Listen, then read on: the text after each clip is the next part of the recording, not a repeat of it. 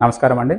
ఈరోజు మనం gas trouble కోసం వాడే మందులు చాలా రోజులు వాడడం వల్ల జరిగే నష్టాల గురించి తెలుసుకుందాం. మొదటిగా వచ్చేసి దీనివల్ల బోన్స్ అనేవి చాలా వీక్ అవ్వడం అండ్ ఈజీగా బోన్స్ ఫ్రాక్చర్ అయ్యే అవకాశం కూడా ఉంటుందండి. ముసలి వాళ్ళు చాలా వరకు సంవత్సరాలు రోజు గ్యాస్ ప్రాబ్లం గురించి టాబ్లెట్ వాడుతూ ఉంటారు. కాబట్టి వాళ్ళలో ఎక్కువ రిస్క్ వచ్చే అవకాశం ఉంటుందండి.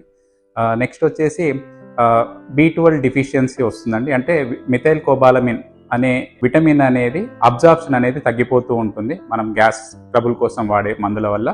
నెక్స్ట్ వచ్చేసి మెగ్నీషియం అనేది డెఫిషియన్సీ వచ్చే అవకాశం ఉంటుందండి. దీనివల్ల కూడా అలసట, ఆయాసము, మజిల్ క్రాంప్స్ వచ్చే అవకాశం ఉంటుంది.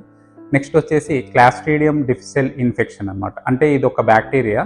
ఇది బ్యాక్టీరియా ఓవర్ గ్రోత్ అవ్వడం వల్ల కంటిన్యూగా విరేచనాలు అయ్యి హాస్పిటల్లో అడ్మిట్ అయ్యేటంత సీరియస్గా కూడా అయ్యే అవకాశం ఉంటుందండి.